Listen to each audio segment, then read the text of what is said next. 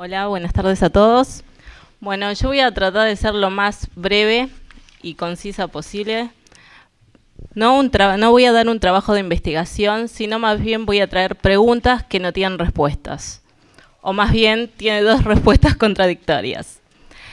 Bueno, mi trabajo trata sobre el debate que se dio en una causa comercial, que es el móvil contra Telecom, sobre si la individualización de operaciones en los sistemas comerciales puede reemplazar a la individualización que debiera existir en los sistemas de registros contables. En esta causa, la actora reclamaba comisiones por la captación y permanencia de clientes.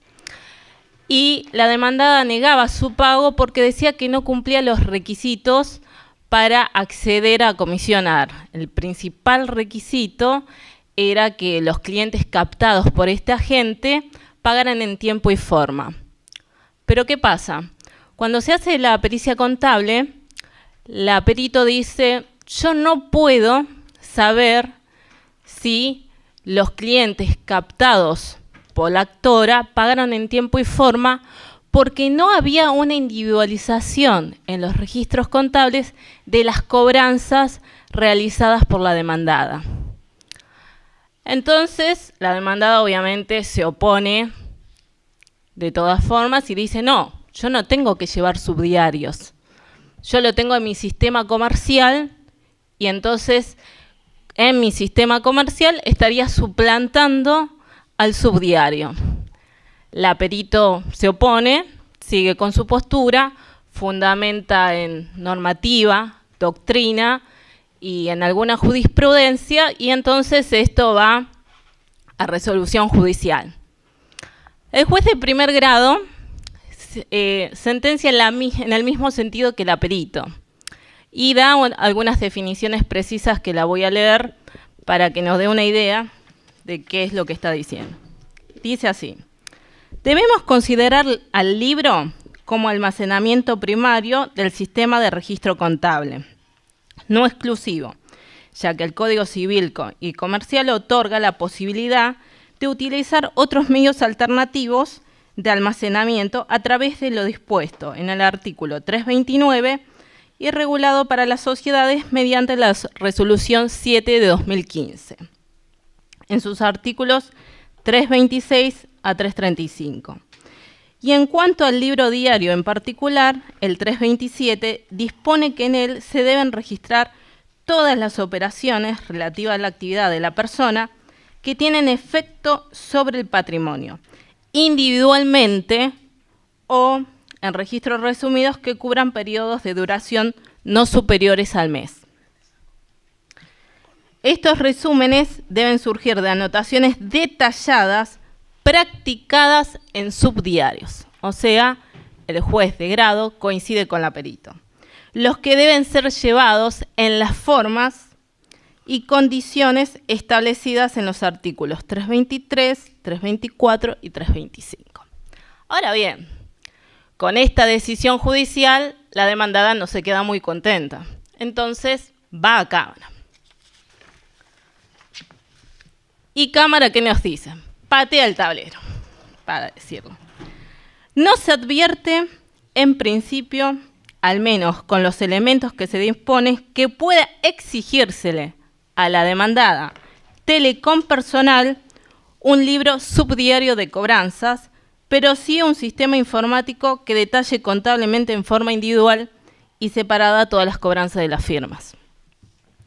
También dice: señálese entonces que este sistema, que sería un módulo de aplicación integrado al sistema SAP, debe ser examinado por el perito designado para responder acabadamente a los puntos de pericia requeridos por las partes. Ahora bien, acá la primera conclusión que había sacado la perito es que no había explicado de forma sencilla para llevar a la Cámara que concluyera que un sistema comercial era parte del sistema SAP, porque no era un sistema integrado, sino eran dos sistemas autónomos que tenían una interfaz. Con esta definición, la actora presenta un recurso in extremis. que es rechazado por el superior, pero ayuda a que la sala aclare su postura y dice: este tribunal no habría hecho una equiparación entre el sistema comercial PAIS de la demandada y el subdiario de cobranzas e indicó que lo que se determinó fue una ampliación del análisis pericial sobre toda la información propuesta, la cual emerge de la instrumental puntualizada en debida forma en el considerando 3.1 y citada precedentemente, para su evaluación por parte del juzgador en la oportunidad pertinente.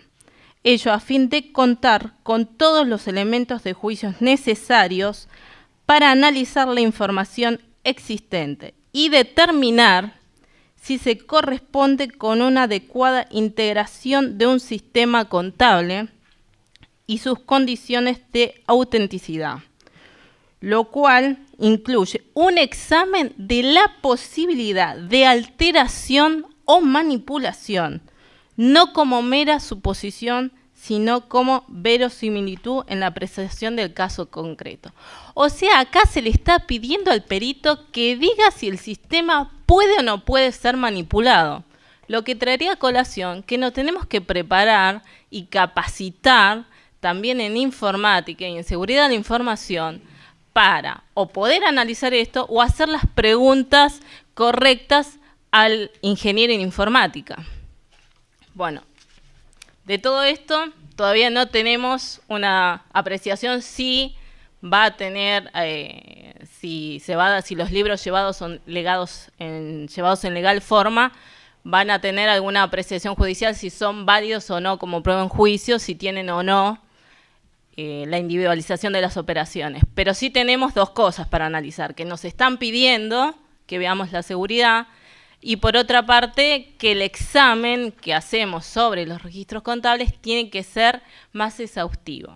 Bueno, eso es todo. Muy bien.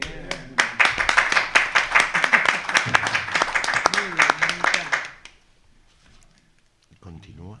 Sí. Buenas tardes. Primero es agradecer a IADECO y agradecer al Consejo de Ciencias Económicas local y a la universidad por albergarnos. Realmente felicito a todos los expositores que me antecedieron porque realmente los trabajos han sido muy buenos. Voy a hacer un introito previo al desarrollo propiamente dicho de la ponencia, haciendo la aclaración que está dedicada a los colegas que se desempeñan como auxiliares de la justicia, en particular a los peritos. Les aseguro que preparar esta ponencia me demandó un tiempo superior al que yo pensaba. ¿Y por qué? ¿Por qué ocurre eso? Porque vinieron a mi memoria una importante cantidad de casos y situaciones que hemos vivido varias veces en el transcurso del tiempo y que lamentablemente perduran, lo cual revela que algo no funciona y que al respecto, permítanme utilizar una palabra que está de moda, estamos en crisis. Me pregunto por qué se repiten estas situaciones inconducentes. ¿Cuál es el motivo? Como lo señalo específicamente en la ponencia, la misma no contiene novedades. No esperen algo nuevo. Precisamente por eso insisto, a ver si de alguna vez corregimos actitudes que solo conducen a pérdidas de tiempo y problemas. Acá me detengo y voy a hacer un paréntesis breve y retomo enseguida. Los que actuamos como auxiliar de la justicia estamos ligados a la justicia y considero que en este particular momento algo debemos decir, algo debemos manifestarnos. Ya se hizo mención con anterioridad a lo que ahora seguidamente digo. Para que me comprendan, voy a utilizar algunas palabras que se encuentran de moda. El diccionario ordenado alfabéticamente es, con la letra A, arrepentidos, con la letra B, bolsos, bóveda, con la letra C, cuadernos, corrupción, coima, confección, condenado, cárcel, con D, declaraciones y detenido, con E, ética, encarcelado, embargo, con F fiscal, falsedades, con I imputados, con J juez, con P procesado, preso, penal, prisión, prueba, con R revelación, con S soborno y con T testigo. Vuelvo. Pido disculpa porque soy consciente de la existencia de un posible desorden en el desarrollo de la ponencia, originado en la falta por ahí de tiempo adecuado, nunca tenemos tiempo en la preparación, y porque volqué variados conceptos que merecen ser tenidos en cuenta. Como también lo digo en la ponencia, en el trabajo, alguien podría decir esto no es original ni inédito, lo cual es absolutamente cierto. ¿Es más de lo mismo? Sí. Pero me parece que resaltando la problemática y aportando recomendaciones ayudamos. Remarco que lo que me impulsa a escribir esta ponencia es advertir la circunstancia de que pese al transcurso del tiempo subsisten lamentablemente demasiados inconvenientes para los auxiliares de la justicia y simultáneamente para los demás operadores. Pero muchos de los problemas son generados por los propios profesionales. Esto hay que decirlo. De ahí es que entiendo que es necesario transmitir. ¿Causas? ¿Cuál es la causa fundamental de todos estos problemas? El desconocimiento y la falta de responsabilidad. Es creciente el número de causas que ingresan por denuncias al Consejo Profesional y luego al Tribunal de Ética. En esta ponencia volqué algunas inquietudes, alerto y propongo mantener vigente el antivirus. La ponencia se denomina alerta, mantengamos vigente el antivirus. Y yo digo que las conductas negligentes de los profesionales generan inconvenientes que pueden derivar en sanciones por incumplimientos. Prueba de ello, repito, que es el número creciente de denuncias que llegan, por lo menos en el ámbito capitalino, en un 80% al Tribunal de Ética provenientes de la justicia. Responsabilidad y riesgo van de la mano. En el ámbito profesional, lo ético resulta relevante en relación a la responsabilidad. El contenido de la presente ponencia constituye un llamado de alerta y de atención y pretende reiterar, insistir y alertar a los colegas que se desempeñan en esta disciplina, en particular como peritos designados de oficio, ello orientado, como es el sano criterio de Diadeco, a las mejores prácticas periciales. Las opiniones que se vierten tienen el carácter didáctico, pues considero que quienes poseemos algunos años, algunas décadas de desempeño, tenemos la obligación de transmitir las cuestiones vinculadas tanto a la normativa como otras producto del pragmatismo, que no siempre surgen de los textos que tratan lo relacionado a la actuación de los auxiliares y, por tanto, contribuir a la formación de las nuevas generaciones. De esta forma, es una forma de colaborar brindando puntos de vista resultado de dichas experiencias. Es común que al perito se lo suele denominar experto. Esa experiencia implica se sobreentiende que posee el conocimiento amplio de los diferentes aspectos vinculados a su función. No obstante, en oportunidades se advierte el desconocimiento de los propios profesionales en cuestiones elementales. Por lo tanto, vuelvo a insistir y formular y puntualizar esas apreciaciones. Consecuencia de las experiencias, este trabajo tiene un carácter solo, además de alerta, de volcar algunas recomendaciones y se somete a la consideración de los colegas el permanecer alerta en resguardo de quién, de los propios profesionales y de los destinatarios de esto, porque la demora, la detención en la tarea genera inconvenientes a todos los operadores. El título de la ponencia, como yo les dije, era mantengamos alerta el antivirus. ¿De qué antivirus estamos hablando? del virus originado en la falta de la debida atención, del virus originado en la falta de responsabilidad, del virus consecuencia de desconocer que otros dependen de nuestro trabajo. Y ahora no me voy a extender porque todo el desarrollo obra en poder de ustedes en el cuaderno, pero simplemente menciono algunos. Esto es como, yo lo digo, que como prospecto de medicamento, es conveniente conocer los efectos y las contraindicaciones relacionadas con la labor pericial. O sea, va de suyo que el presente trabajo no es nada, repito que no es ni original, no contiene novedades. Por el contrario, se abordan temas de larga data. Es fácil comprobar, y ello me impulsó a esto, hay que incentivar el estudio, se repiten situaciones conocidas y actuaciones que no son propias de un profesional.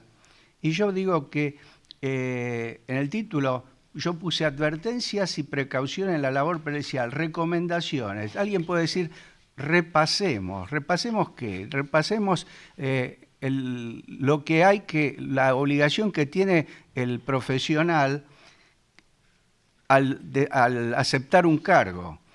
Y señalo algo que también ya se dijo. La inscripción para participar en los sorteos para ser designado es voluntaria. Pero una vez que se ingresa al sistema, uno se debe someter a esas reglas de juego que existen, ya sea en los campos tradicionales de las pericias como de la sindicatura. Acá no existe que elijo la causa, convengamos en el buen sentido. Entonces, esos son algunos de los ingredientes que la receta permite obtener un producto que merezca ser debidamente valorado y resulte útil. Cito algunos pronunciamientos, valoro el tema y resalto la actualización permanente. Hoy asistimos a espléndidas exposiciones vinculadas a la informática, a toda la temática, que cada día son mayores en frecuencia en los requerimientos hacia los profesionales. Otro aspecto que resalto es que no es posible, digamos, y aparte está contemplado, hay que dar cuenta de las operaciones realizadas y exponer su opinión fundada acerca de las conclusiones que a su juicio cabe extraer de las compulsas del trabajo pericial. Además, el Código de Ética lo esclarece perfectamente, que es motivo de, digamos, se advierte el hecho de que el profesional debe observar la conducta ética y no originar demoras, lo cual genera una responsabilidad sobre el particular. Finalmente, para no demorarme, porque el resto está en el resto señalo algunas cosas que contribuyen a mantener vigente lo que yo denomino el antivirus. Señalo también aspectos que se desconocen, como por ejemplo, algo tan sencillo que, como dice, retirar un expediente significa notificarse de todas las resoluciones contenidas en el mismo. Utilizar un lenguaje adecuado, teniendo en cuenta que los destinatarios, tanto los funcionarios como los representantes de las partes, conocen el idioma técnico. Bien, otro aspecto que señalo, que el trabajo pericial no termina con el informe pericial y la contestación de posibles observaciones e impugnaciones. Hay que seguir hasta el final. ¿Qué quiere decir hasta el final? Puede ser que subido el expediente a una cámara, la cámara requiera al experto que dé una información adicional, por lo tanto, se extiende en el tiempo y hay que estar atento. Hoy día, con el seguimiento informático, eso lo podemos ver. Bien.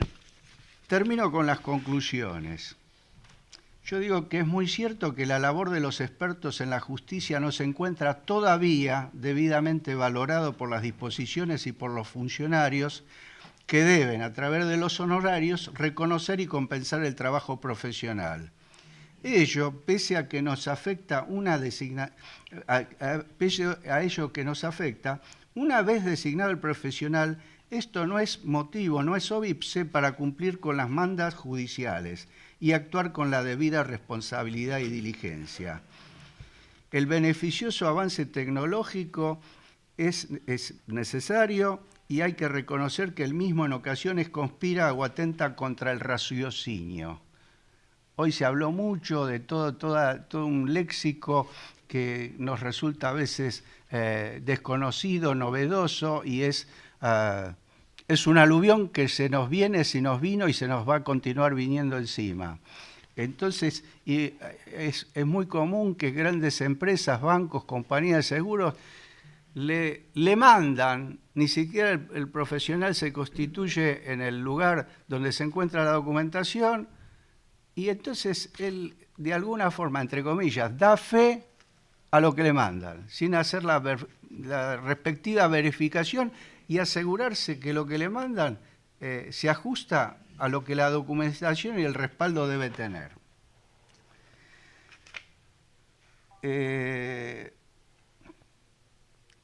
Hemos presenciado y participado de numerosas jornadas, congresos, reuniones científicas en las cuales se efectuaron diferentes e interesantes propuestas y sugerencias en procura de mejorar la labor y, consecuentemente, la imagen de los auxiliares de la justicia. Es de esperar que dichas propuestas sean debidamente consideradas, tomadas en cuenta y puestas en práctica. Por ello, insisto en que hay que mantener el antivirus vigente. Nada más. Muy bien. Ahora vamos a escuchar a la contadora Oso. Cristina, ahora tú. No, perdón. Ponencia patrocinada por... Comienza Juan Ignacio. Comienza él. Comienza Juan. ¿Querés que Pero hablemos? Él, ¿no? Bueno, Hablemos me quieren con escuchar Gloria. a mí. Sí, queremos escucharlo a Adalberto. no le puedo. No me puede decir chopo, que no sé por qué no me puede decir chopo. No, eso, por favor. Bien. Nunca me gustaron las leyes ómnibus. Yo me acuerdo cuando iba a la facultad al principio, la 14.394, ¿te acordás que tenía la ausencia con presunción de fallecimiento? No sé qué otra cosa. Eso, no cuando ibas vos, sino cuando iba yo y no sé quién más. No hay nadie de mi época. Bueno, esa. Después vino la de fideicomiso, también cuando salió el primer fideicomiso la metieron en la vivienda, ¿te acordás?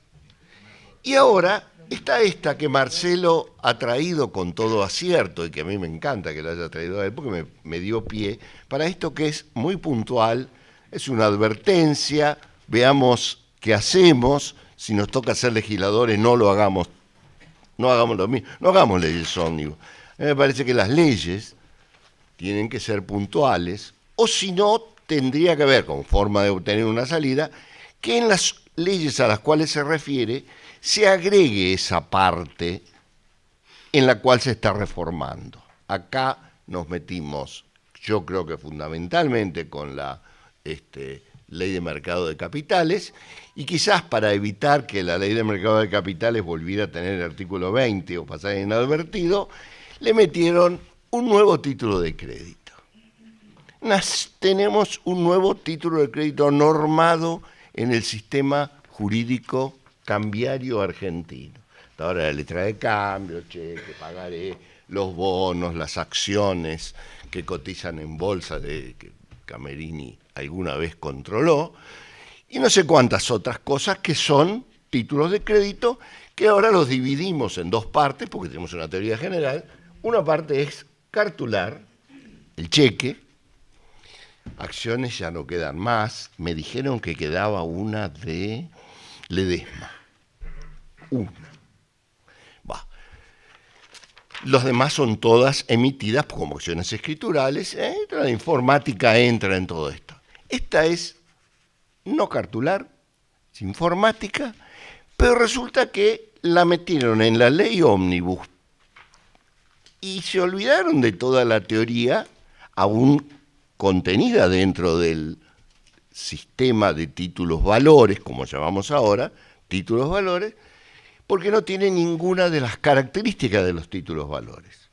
Y entonces los contadores, cuando sean síndicos, van a tener un problema que vamos a tener que tratar de develar. Yo les pido a ustedes, yo se lo planteo y ustedes después me dan la solución. Porque cuando yo se lo dije a Eduardo, me dijo, no seas destructivo y buscale la comba al palo, ¿no? Como se diría acá en Paraná. Buscarle la comba al palo, a ver cómo podemos arreglarlo, porque en definitiva, bueno, para mí no tiene arreglo, pero bueno. Nueva factura de crédito.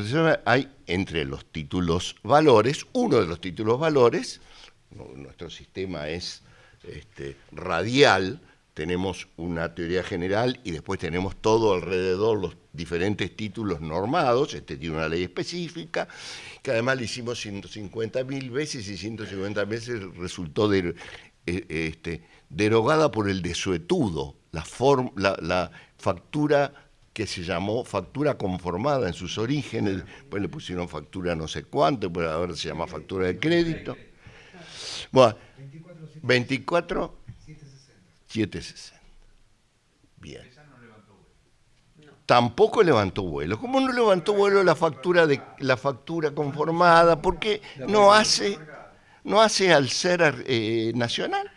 Existe en Brasil, acá no existió nunca. ¿Qué usábamos? Usábamos el cheque, para eso le hicimos el cheque de pago diferido, porque como no andaba la factura. En definitiva es un título causado, que si nosotros nos vamos a la teoría general ahora de títulos de crédito, ustedes me van a perdonar que yo dé un poco de clase de esta, como me he jubilado este año, estoy un poco sufriendo la abstinencia de clase, pero no quiero aprovecharme de ustedes, así que les pido perdón. Bueno, ¿qué hay en las facturas? ¿Qué hay en los títulos valores, como les llamamos ahora? Un sistema radial, donde están todas las leyes, que no se derogó ninguna, solo aquello que se opusiera, que todavía no descubrimos qué es lo que se oponga, porque en realidad fue un trabajo muy bien hecho de una teoría general normatizada de aplicación subsidiaria a todo lo que radialmente está alrededor. Letra de cambio, pagaré, cheque, factura de créditos, bonos y tantas otras cosas que aparecen. Y los desmaterializados, que son la mayor cantidad, que incluso el nuevo código permite su aplicación bajo cualquier forma. Bien, estos se les ocurrió hacer lo que le llaman factura de crédito electrónica MIPYMES. MIPYMES. Bueno, MIPYME. Es mi pyme, mi autito, mi carrito, mi primer nieto ahora, ¿no? Es mi pyme. Bueno, está bien, hasta acá está bien, a cualquiera se le puede ocurrir tener una factura de crédito mi pyme. Pero resulta que la factura de crédito mi pyme la expide aquel que tenga un contrato con otro para la venta de, yo les voy a explicar para que vean que no es nada sacado de la galera, que no tiene nada que ver con el derecho común, sino es comprador, locatario, que adquiera, que almacene, que utilice, que consuma las cosas, los servicios, la obra para integrarlos, directa o indirectamente en un proceso de producción. O sea, ¿qué quiere decir? Es para cualquier actividad comercial, no es para una específica, cualquier actividad comercial. Y la idea es que la primera, lo ponen de entrada, cuando una pyme, por eso le llaman mi pyme, le factura a una empresa grande. Lo dice la ley, factura.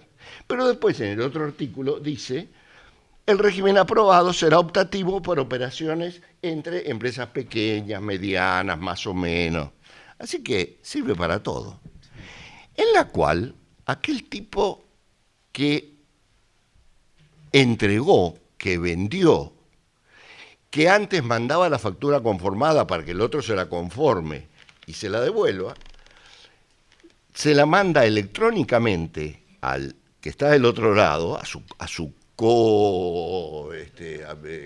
co-contratante, y si el otro no se la observa en 15 días, esa factura queda aceptada. No se la... Bien, queda aceptada. Si quiere observarla, la observa, se tramita la observación, se ponen de acuerdo y la cosa sale. La historia tendría que... O sea, ¿qué es lo que pasa? Si a los 15 días el otro no la observó, por el silencio de haberla recibido, al haberla recibido, de haber estado en silencio, la factura se convierte en un título-valor.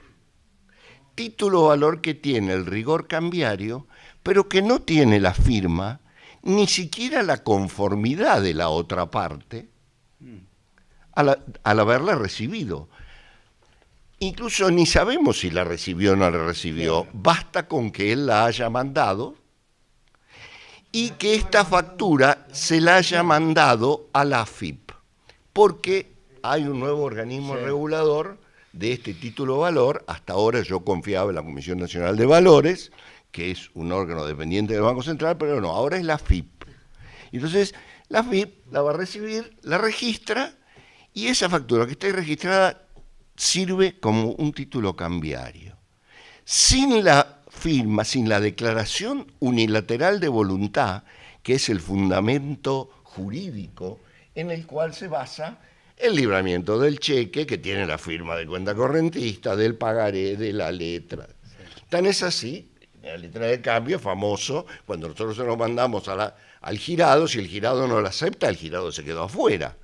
Acá no, acá se la mandamos por la virtualidad de la web, el señor pasa a ser obligado. Claro. Y este que la emitió y que es el acreedor, la puede negociar, endosarla, puede cederla, pero también la puede endosar. Y como goza de todos los principios del 1850, que es, no me gusta hablar solo de los artículos, es el que normatiza los títulos, valores no cartulares, ¿no? Un artículo larguísimo del Código Civil y Comercial, ¿va? Dice cómo son los títulos, valores. Bueno, tiene autonomía, ¿qué quiere decir? Que yo la puedo negociar, y el que la adquiere, la adquiere sin ninguno de los vicios que pudo tener anteriormente en el contrato directo entre el que la emitió y el que la recibió. Así que va directamente. Como si esto fuera poco, hay un artículo que dice que el librador, que no es el obligado, el librador, no es responsable, ni él, ni ninguno de sus endosantes o endosatarios, lo que hayan estado en la circulación, del pago del importe por el cual se emitió la letra, la factura, factura MIPYME. ¿Se imaginan ustedes un sinvergüenza que hace una factura MIPYME, o sea, en base a un contrato que ha tenido con otro? Acá no dice ni siquiera que el contrato se registraría. Supongamos que el contrato se registró. Lo tiene registrado la FIP el contrato. Bueno, supongamos. Pero le emitió la factura. El otro no contestó dentro de los 15 días, porque 15 días estuvo engripado, peleado con la señora, se divorció, se le enfermó el perro, qué sé yo, cualquier cosa, pero en 15 días se le pasó, no lo hizo. Y este título vale como título. Y ni siquiera este que lo transmitió, aún con ese vicio por ahí de haber exagerado su valor, tiene valor y puede ser ejecutado contra esta otra empresa. O sea, esto pareciera que lo han hecho pensando en la gran empresa, en la cual la gran empresa, ¿cómo va a dejar que 15 días no se conteste? Ahora, entre pequeños, yo puse, el título de mi ponencia es el siguiente: la silenciosa Nobel factura de crédito electrónica MIPYMES, cuando el silencio electrónico puede dañar tanto como la silenciosa electricidad. Ustedes vieron que cuando los chicos meten, claro, no hace ruido cuando meten. Bien, ese es el título. Es una especie de... Bien, la pregunta para los síndicos concursales. Viene un verificante, se presenta a verificar, un tipo con la factura electrónica, la bajará para llevarla, no sé, bueno, bien, todo en su forma, que es el tercero o cuarto adquirente de esa factura por un importe totalmente desproporcionado. ¿Y en el concurso de quién? En el concurso del único obligado, que es el co-contratante. Ahora, a él le vamos a hacer probar la causa. ¿Qué causa? La causa de la adquisición de él. Claro que sí. Este es el tercero. Él va a probar que, no sé, $10.000, 30.000, $50.000, él agarró y se los pagó al que se la transmitió. Es tercero adquirente de buena fe. ¿Por cuánto lo verificamos?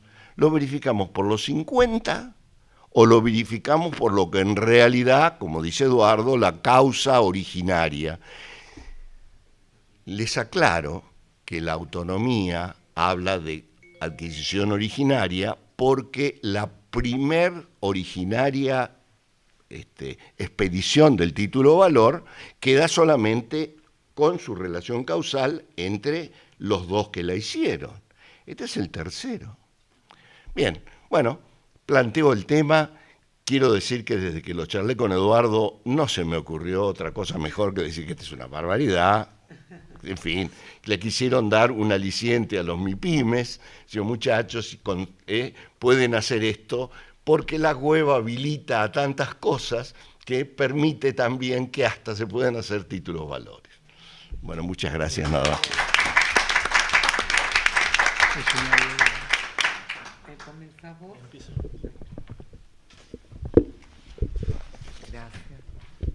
Bueno, con Cristina, con la doctora María Cristina Ossa, trabajamos el tema de reactivación de sociedades fallidas. El trabajo está en la página 146. Lo que abordamos es un tema que, si bien no es muy común en la práctica, cuando se da presenta toda una serie de dificultades, tanto desde lo legal, por la falta de regulación, como desde cuál es la solución práctica también a encontrar. Y el tema es la sociedad que estuvo en quiebra durante una serie de años, consigue salir de este estado mediante un avenimiento o pago total o una solución mixta. ¿De qué forma esta sociedad vuelve a la actividad empresaria, vuelve a operar normalmente? Desde el plano societario, la quiebra implicó la disolución de la sociedad. Desde el punto de vista concursal también estuvo inhabilitada. La diferencia de la disolución por quiebra respecto de la disolución por las demás causales es que la liquidación no está a cargo del órgano societario, sino del síndico de la quiebra. Y tanto la disolución como la inhabilitación cesan al momento de la conclusión de la quiebra.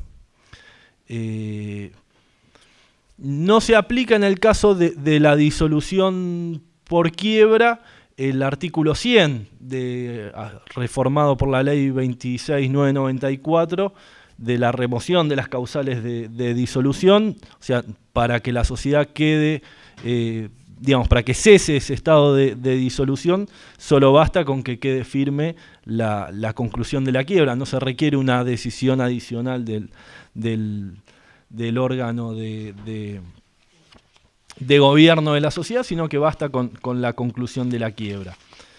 El tema es que durante la quiebra la sociedad también estuvo privada de la administración y disposición de sus bienes, que estuvo a cargo del síndico, con lo cual también tiene que volver a administrar ese patrimonio que recuperará con la conclusión de la quiebra. Desde el plano societario, como les contaba, no se requiere una decisión específica del órgano de gobierno para que vuelva a funcionar, pero lo que sí va a requerir es poner en orden a la sociedad que estuvo sin actividad orgánica durante toda la quiebra, porque si bien la sociedad no pasa a ser irregular ni nada por el estilo, es común que tampoco haya actividad de los órganos durante la etapa de la quiebra. No hay reuniones de directorios, no hay asambleas, etc. Con lo cual tendrá esta sociedad que renovar sus autoridades, inscribir un directorio. Esto lo podría hacer antes de la conclusión de la quiebra como con posterioridad, pero lo importante es que lo haga para que haya un directorio inscripto que pueda reasumir la administración del patrimonio social y de los negocios. Y desde el punto de vista contable e impositivo nos va a ilustrar la doctora Desde el punto, Oz. gracias. Bueno, como bien lo dijo Juan Ignacio, la empresa estuvo desapoderada. Y entonces, ¿qué sucedió durante todos esos años? Obviamente, todos sabemos que en ese periodo la empresa deja sus libros en poder del juzgado. Y entonces, en principio, lo que tenemos es una sindicatura que tiene la administración, la disposición y la conservación de los bienes. Y entonces, ¿qué sucede contablemente cuando se produce ese renacer, por llamarlo de alguna manera, societario? Tuvimos algunas charlas con el Consejo porque ellos dicen y nos han mencionado que había que poner todos los estados contables al día. Entonces, mi pregunta fue, ¿y quién los debería haber hecho? Porque el fallido no tenía la personería para poder hacerlos.